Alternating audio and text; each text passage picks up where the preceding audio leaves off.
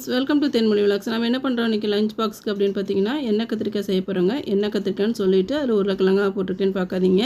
ஒரு 10 உருளைக்கிழங்கு இருந்துச்சு, பேபி போட்டுவிட்டோம். அதையும் நான் ஆட் பண்ணிட்டேன்.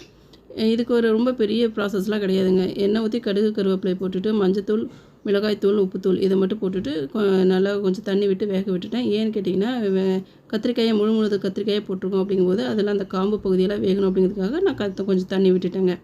அதனால் இது ஒரு பக்கம் குக் ஆகிட்டு இருக்கட்டும். இப்போ நம்ம செய்ய போகிற மெயின் ரெசிபி என்ன அப்படின்னு பார்த்தீங்கன்னா, மிளகு சாப்பாடு. அது ரொம்ப சிம்பிளான ரெசிபி. வாங்க எப்படி செய்கிறதுன்னு பார்க்கலாம். வானலில் எண்ணெய் ஊற்றிக்கோங்க. எண்ணெய் சூடானதுக்கப்புறம் கடுகு பொரிய விடுங்க. உளுந்து போட்டு ஆட் பண்ணிக்கோங்க. அதுவும் நல்லா பொன்னிறமாக வறுபட்டதுக்கப்புறமா நான் டைரெக்டாக வெங்காயம் ஆட் பண்ணிட்டேன். காரணம் என்னென்னு கேட்டிங்கன்னா, வெங்காயம் பெரிய சைஸில் கட் பண்ணிட்டேங்க.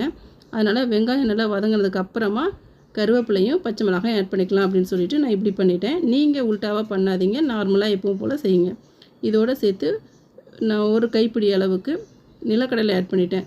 நிலக்கடலை நல்லா வறுபட்டதுன்னா நல்ல ஸ்மெல்லும் நல்லாயிருக்கும். சாப்பாடோடு சேர்த்து சாப்பிடும்போது நல்லாயிருக்குங்க டேஸ்ட்டும். மிளகு சாப்பாடுன்னு சொல்லிவிட்டு என்ன வெறும் நிலக்கடலை மட்டும் போட்டு வறுத்து வச்சுருக்கீங்க அப்படின்னு நினைக்காதீங்க. இந்த நிலக்கடலை நல்லா வறுபட்டதுக்கப்புறம் நம்ம இறக்கிடலாம். அவ்வளோதான், மேக்ஸிமம் குக்கிங்கே முடிஞ்சிடுச்சு. இப்போ சாப்பாடு ஆட் பண்ணியாச்சு. சாப்பாட்டுக்கு தேவையான உப்பும் ஆட் பண்ணியாச்சு. இந்த சமயத்தில் தான் நம்ம லாஸ்ட்டாக ஃபைனல் டச்சாக தான் நம்ம மிளகு பொடி சேர்க்க போகிறோம். காரணம் என்னென்னு பார்த்தீங்கன்னா, மிளகு பொடியை அப்படியே நம்ம எதுவும் குக் பண்ணாமல் அப்படியே சாப்பிட்டோமா ரொம்ப நல்லது. மருத்துவ குணமும் கூட.